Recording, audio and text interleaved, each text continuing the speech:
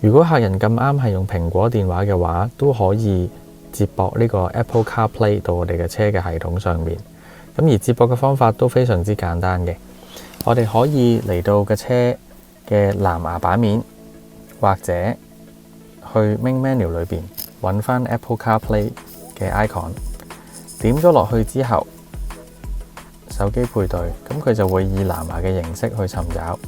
咁當然啦，藍牙嘅名我哋可以更改嘅。而家我哋眼前呢一架車，我哋就叫做 BYD Sealand 7嘅 All-Wheel Drive。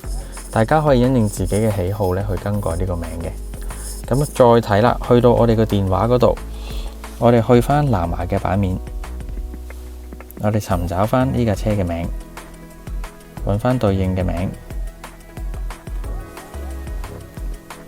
咁啊做翻個配對啦。電話又好，架車嗰度都撳翻個配對。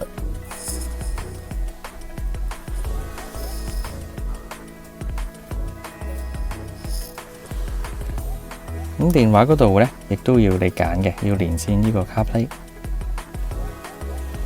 喺架車嗰度都一樣啦，要接受翻，要確認嘅。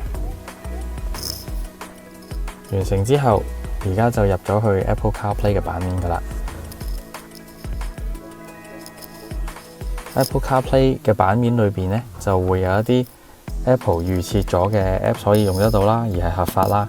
咁而大家本身係用開唔同嘅地圖 GPS 嘅話呢，都可以隨時揀翻出嚟去使用嘅。如果有任何疑問，請立即聯絡售後團隊。